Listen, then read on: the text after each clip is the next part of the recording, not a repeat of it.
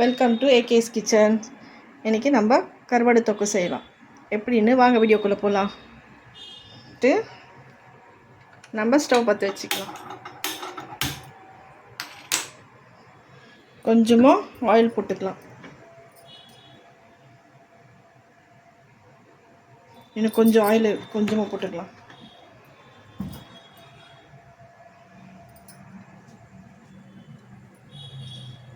கொஞ்சமாக ஆயில் போட்டுக்கலாம். இப்போது இந்த ட்ரை ஃபிஷ்ஷை நம்ம வறுத்துக்கலாம்.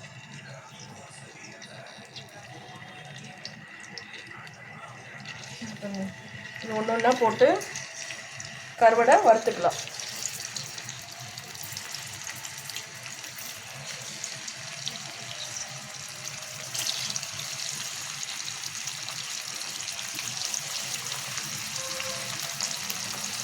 எப்படின்னு பாருங்கள். கொஞ்சம் வறுத்துக்கோங்க. இது மீன் இல்லாமல் கருவாடு, கிழிச்ச கருவாடு. இது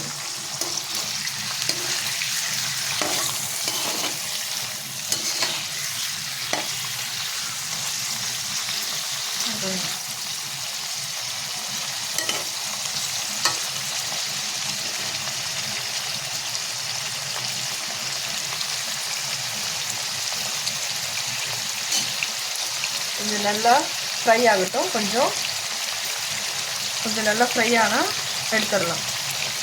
கொஞ்சமாக ஃப்ரை ஆகும்.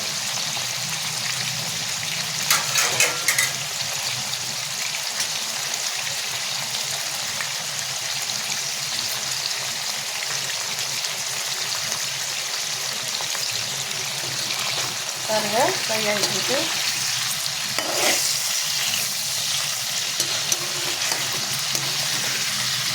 இந்த ஸ்டேஜில் நம்ம எடுத்துடலாம். கொஞ்சம் நேரம், 5 மினிட்ஸ் போதும்.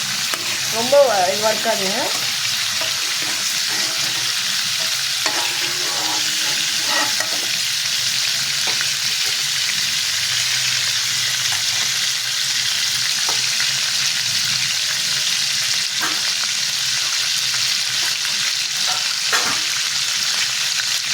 இதில் கொஞ்சம் கடுகு போட்டுக்கணும்.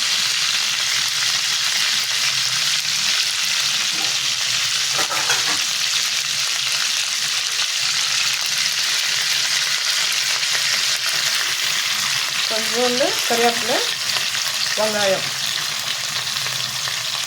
ஆனியன் 2 போட்டுக்கலாம்.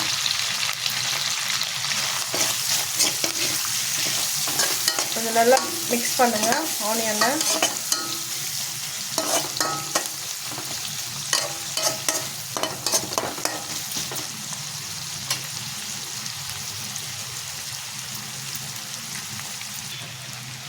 ஆனியன் நல்லா ஃப்ரை ஆகிடுச்சு.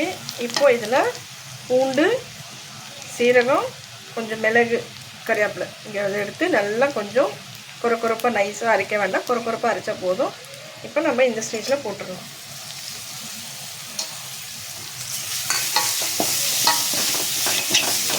இது நல்லா ஃப்ரை பண்ணுங்க.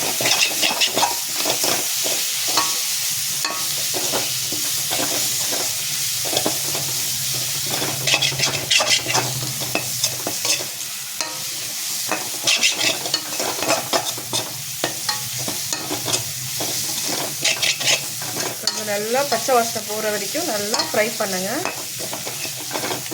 இந்த நல்லா பச்சை வாசனை போயிடணும். நம்ம என்னென்ன போட்டிருக்கணுமோ,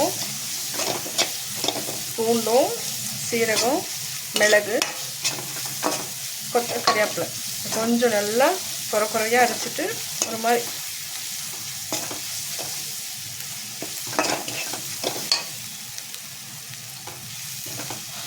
ஒன்றும் பாதியாக அரைக்கணும். ரொம்ப நைஸாக அரைக்காதீங்க. இந்த ஸ்டேஜில் நம்ம மஞ்சள்தூள், மிளகாய்த்தூள், தனியாத்தூள் எல்லாமே இதில் குழம்பு மிளகாத்தூள் இதுலேயே இருக்குது. கொஞ்சம் நம்ம இதில் போட்டுக்கலாம், 1 ஸ்பூன். இப்போ நம்ம வந்துட்டு எல்லாம் ஃப்ரை பண்ணுங்கள்.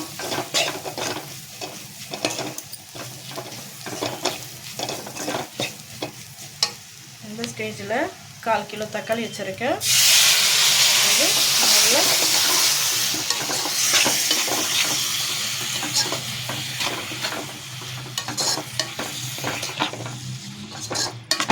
ஃப்ரை பண்ணுங்கள்.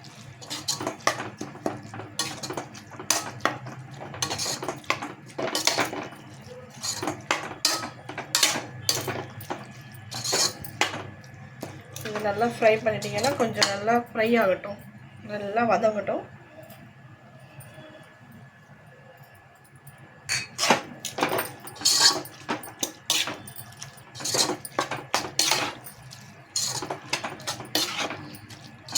வதங்கிடுச்சு. 5 minutes later. வதங்கிட்டு இருக்கு பாருங்க, தக்காளி நல்லா வதங்கிட்டு இருக்கு. இந்த ஸ்டேஜில் நம்ம கொஞ்சம் உப்பு போட்டுக்கலாம். உப்பு போடலை, நம்ம எவ்வளோ தேவையோ அவ்வளோ உப்பு போட்டுக்கோங்க உங்களுக்கு.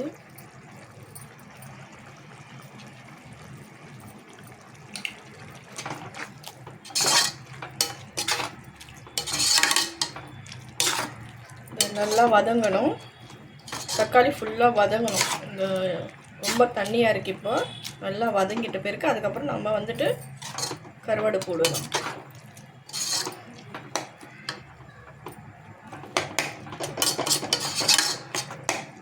நம்ம உப்பு போட்டாச்சு. இப்போ கொஞ்ச நேரம் மூடி வைக்கலாம்.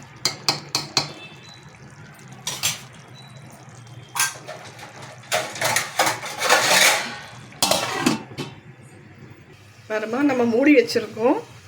இப்போ நம்ம அதை எடுக்க போகிறோம். மூடி வச்சதை எடுத்து நம்ம ஓப்பன் பண்ணிட்டோம். இப்போ பாருங்கள் நல்லா வதங்கிடுச்சு. பாருங்கள் தண்ணியெல்லாம் நல்லா சுண்டிடுச்சு. இந்த ஸ்டேஜில் நம்ம இந்த கருவாடை போட்டுடலாம். இங்கே பாருங்கள், இந்த கருவாடு போட்டுடலாம். அப்புறம் இந்த சென்னாங்குனி கொஞ்சம் ஒன்று போட்டுடலாம்.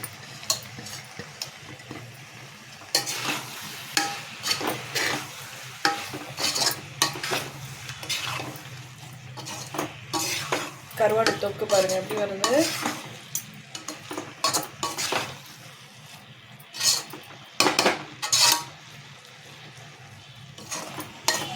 நம்ம இந்த கலந்து விட்டுருக்கணும்.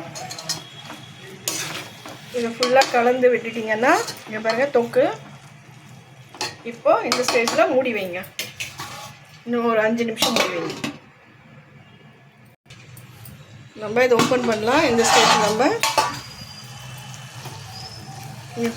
கொஞ்சமாக புளி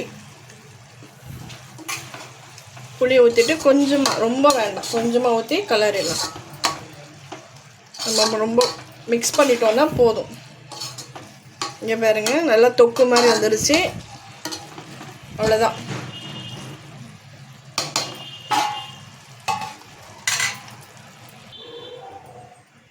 இப்போ மூடி திறக்க போகிறேன். நம்ம புளி கரைச்சி ஊற்றணும். இப்போ பாருங்கள் தண்ணி இல்லை, எல்லாம் ட்ரை ஆகிடுச்சு தண்ணி. இப்போ இந்த ஸ்டேஜில் நம்ம கொத்தமல்லி போட போகிறோம்.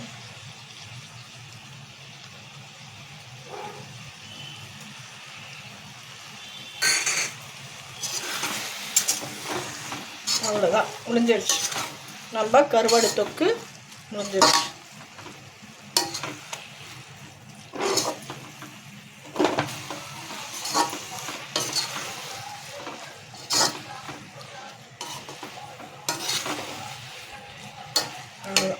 பாருங்கம்மா, பாருங்கள் எப்படி இருக்குன்னு பாருங்கள். கருவாடு தொக்கு செய்யுங்க, வீட்டில் ட்ரை பண்ணுங்கள்.